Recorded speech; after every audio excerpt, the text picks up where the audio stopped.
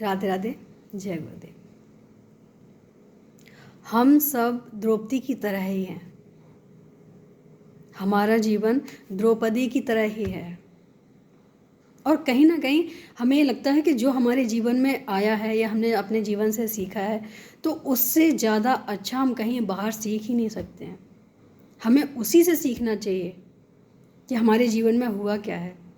अच्छा हुआ है तब भी और बुरा हुआ है तब भी, उसका कारण क्या था, वहाँ हम कहाँ गलत थे, कहाँ हम सही थे, यह हर चीज़ का अपने आप ही मंथन करना चाहिए। आज हर समाज में, हर घर में द्रौपदी की तरह ही हम लोग जी रहे हैं। जब भी कोई परेशानी आती है हम क्या करते हैं, अपने घर में मदद लेते हैं, हम अपने परिवार में मदद लेते हैं, हम अपने रिश्तेदारों में मदद ढूंढते हैं।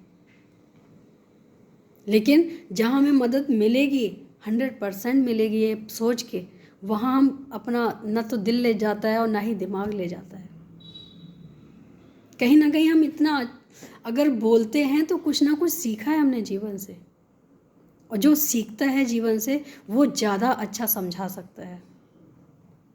अनुभव वाला व्यक्ति अक्सर कुछ ऐसे प्रभाव छोड़ता है जिसकी छाप अलग होती है।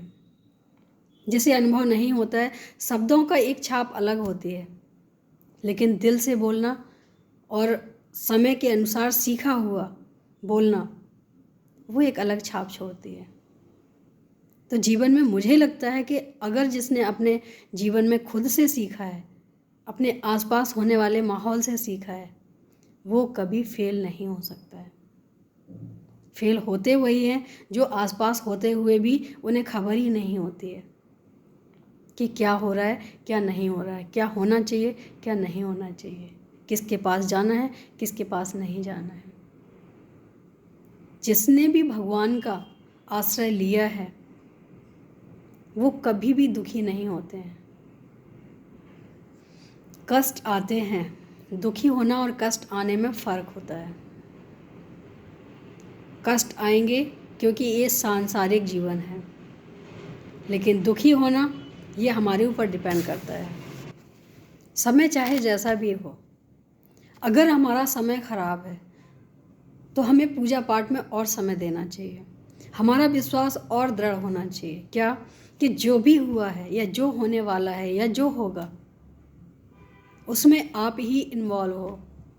मेरा लेस मात्र कुछ नहीं है। भगवान के आश्रित रहने वाले कभी दुखी नहीं होते हैं। उन्हें लगता है कि जीवन में अगर कुछ भी आया है तो भगवान ने ही किया है, उसकी भी कोई वजह रही होगी, उसका भी कोई कारण रहा होगा। अगर कोई कारण है तो आगे सामने आएगा ही आएगा, तो हम उसका इंतज़ार करते हैं। हम उसी समय उस को का जो रिजल्ट होता है हम उसी समय देखना चाहते हैं, और यही हम गलती करते हैं। रिजल्ट आने में समय लगता है। अगर कर्म अच्छे हैं तो विचलित होने की ज़रूरत ही नहीं है। विचलित वही होता है जिसे पता होता है कि हमने कुछ अच्छा किया नहीं है। अच्छा करने वाला हमेशा मुस्कुराता रहेगा। उसे पता है कि जीवन में हमने किसी का गलत नहीं किया, और जब हमने किया नहीं है तो हमें क्यों बताना है लोगों को कि हमने किसी के साथ गलत नहीं किया। जब हम किसी को ठोक ठोक के बोलते हैं, चिल्ला चिल्ला के बोलते हैं कि हमने किसी के साथ गलत नहीं किया, हमारे साथ गलत हो रहा है, इसका सीधा सा अर्थ है कि हमने गलत किया है, लेकिन हम दुनिया को दिखाने के लिए ये बताना ज़रूरी समझते हैं कि हमने गलत नहीं किया। और दुनिया भोली है, ज़रूरत वालों की बात मान लेती है।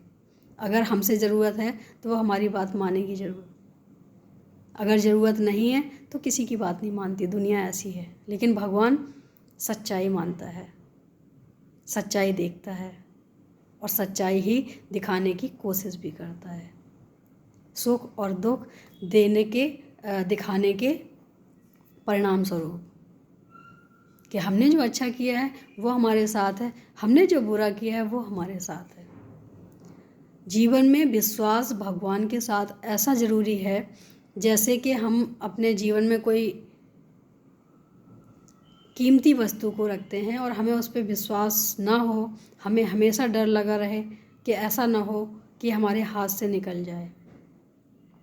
अगर हमने किसी कीमती वस्तु को पकड़ा है, अपने पास रखा है, तो हमें ये भी विश्वास होना चाहिए कि इसको हम कहाँ ऐसी जगह रखें जो सेफ रहे, ये हमारे हाथ से जाने ना पाए। भगवान का प्रेम भी बिल्कुल वही कीमती वस्तु की तरह है जिसकी कोई कीमत ही नहीं है। अगर हम उसमें थोड़ा सा भी अविश्वास डाल देते हैं तो भगवान हमारे हाथ से चले जाते हैं, हमारे दिल से चले जाते हैं। क्योंकि भगवान पहली जो उनकी प्रेरणा है, शर्त है, वो यही है कि विश्वास होना ज़रूरी है। विश्वास की खातिर ही तो कभी उन्होंने भक्तों को किस किस रूप में दर्शन नहीं दिए। अगर विश्वास नहीं होता तो भगवान उस रूप में कैसे आते। हमने खुद सुना है और हमने महसूस भी किया है इस चीज़ को कि अगर पुकार सच्ची है तो भगवान आता ही है। जीवन में पुकार सच्ची हो, दिल अच्छा हो और ज़रूरत भगवान की हो। ज़रूरत मीन्स हमें भगवान का होना है या भगवान हमारे हैं। ज़रूरत का मतलब ये बिल्कुल भी नहीं है कि भगवान आओ हमें ये दे के जाओ। बस जीवन भर जब भी हम आपको याद करें तो आप हमारे अश्रु द्वारा आओ या हमारे भावों में आके प्रकट हो जाओ, बस उतना काफ़ी है। बिल्कुल ये ज़रूरी नहीं है कि प्रत्यक्ष आओ। बस हाँ, याद जब आपकी आए तो अश्रु बन के कहीं ना कहीं आँखों में आ जाओ, भाव बन के कहीं ना कहीं दिल में आ जाओ। इतना होना काफ़ी है, इतने ही में खुशी मिल जाती है। अश्रु भी कई तरह के होते हैं। जो याद में बहते हैं ना, वो खुशी देते हैं, और जो याद करे और अश्रु आए और भगवान कहीं महसूस ना हो, ऐसा हो ही नहीं सकता है। करके देखो, अच्छा लगेगा, कहीं ना कहीं आवाज़ ज़रूर होगा।